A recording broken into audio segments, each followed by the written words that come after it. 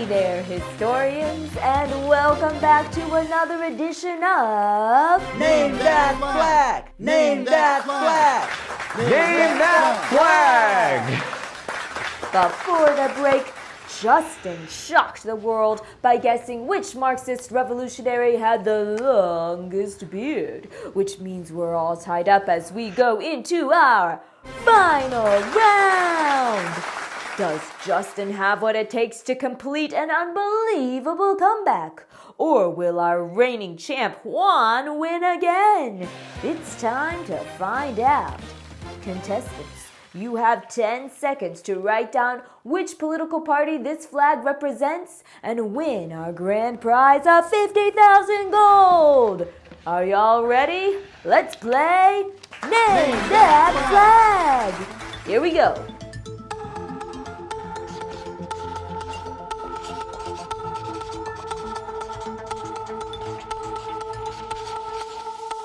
Pencils down.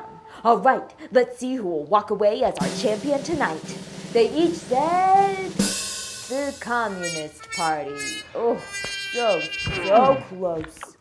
This is actually the Chinese Communist Party's flag, so not the one that Stalin hung in his office. Though they may have similar flags, the two parties had different ideas about how their communist societies should be organized. Today, we'll see how Mao Zedong and other communist leaders launched a revolution that would have ripple effects all across the world for decades to come. Before we jump in, let's take a look at today's guiding questions. What were some of Mao Zedong's early influences? What led to his decision to join the Chinese Communist Party? Why did the conflict between the nationalists and communists escalate into the Chinese Civil War? How did Mao lead the communists to victory? And our big picture question, how can the same idea be applied differently across different cultures? All right, let's dive in.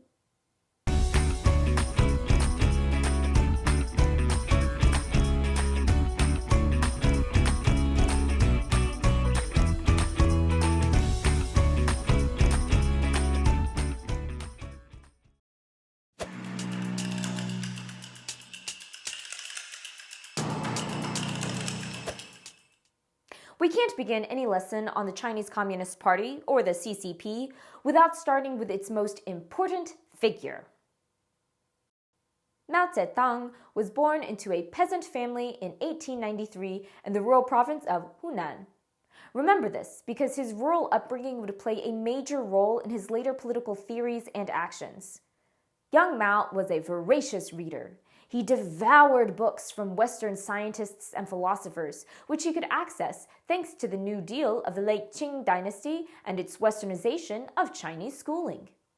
He also idolized nationalist military leaders like George Washington and Napoleon, believing nationalism was China's path forward. This belief led to early support for nationalist Sun Yat-sen during the Revolution of 1911. It wasn't until he became an assistant librarian at Beijing University in 1917 that he began to learn about Marxism through his mentor, Li Daijiao. Li introduced Mao to the Bolsheviks and the October Revolution. Mao embraced Marxist-Leninism, but believed that the peasant class, not the industrial proletariat, needed to be the foundation of China's communist revolution. Mao's focus on the revolutionary potential of the peasantry made sense because the majority of people in China worked on farms that they ultimately did not own.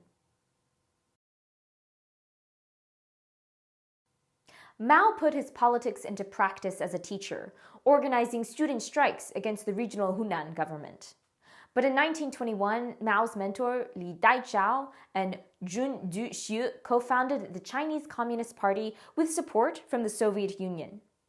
The party adopted Marxist-Leninism as its first official ideology, but agreed with Mao that the peasantry needed to be the leading force for a communist revolution in China. This would set them on an eventual collision course with the Kuomintang, or the Chinese Nationalist Party. But before we get there, let's review. What were some of Mao Zedong's early influences? What led to his decision to join the Chinese Communist Party?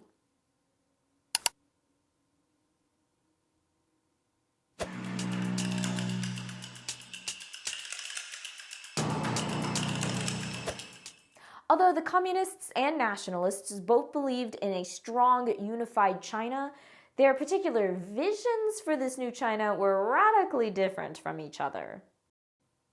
The nationalists wanted to create a democratic republic and build a market-driven economy that didn't change the current class divisions in Chinese society. Kuomintang leaders looked primarily to the West for examples and allies to realize this vision. In contrast, the communists hoped to establish a one-party communist state with a planned economy that eliminated class divisions and emphasized the peasantry. CCP leaders looked to the Soviet Union as the ideal partner to bring this vision to life. Around the time of the CCP's creation, the Kuomintang was based in southern China. The rest of the country was controlled primarily by local warlords who had seized power after the fall of the Qing dynasty. Sun Yat-sen was unable to garner support from Western democracies, so instead he turned to the Soviet Union and the communists. Lenin agreed to provide Sun with military advisors and equipment, but under the condition that the communists be allowed to join the Kuomintang. Communist leaders were hesitant to join ranks with the nationalists, but the warlords also presented an obstacle to their dream of a unified communist China. So they formed an alliance known as the First United Front. But tensions grew after Sun Yat-sen died in 1925, and Zhang Jixi, also known as Chiang Kai-shek, became leader of the party. While Sun had maintained some sympathy for the communists and their vision for the Chinese peasantry, Zhang did not. He feared that the CCP would overtake the nationalists, so he began gathering support from wealthy bankers and businessmen, promising to protect their interests by bringing democracy to China. But the nationalist government was plagued with corruption and unnecessarily high taxes on the peasantry, which only generated more support for the communists. The alliance eventually broke down in 1927. After a successful expedition to retake parts of northern China from warlords, Zhang ordered his troops to march on Shanghai, where they rounded up and killed thousands of communists that lived in the city. This betrayal was the first volley in a civil war that would now pit Zhang Jixi and the nationalists against Mao and the communists for control of China's future. Let's stop and review before we move on. Why did the conflict between the nationalists and communists escalate into the Chinese Civil War?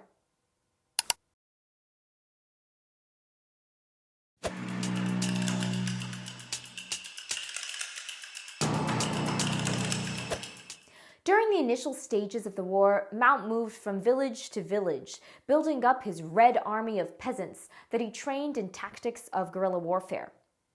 But eventually, the nationalists trapped Mao and his Red Army in the hills of south-central China.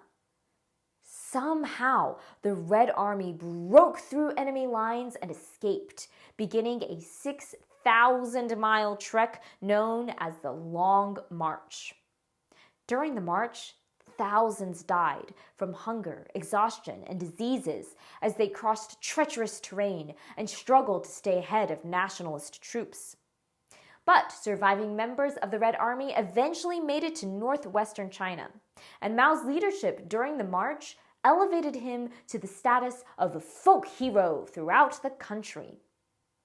Many now saw him as the strong man China needed to protect and assert itself on the global stage.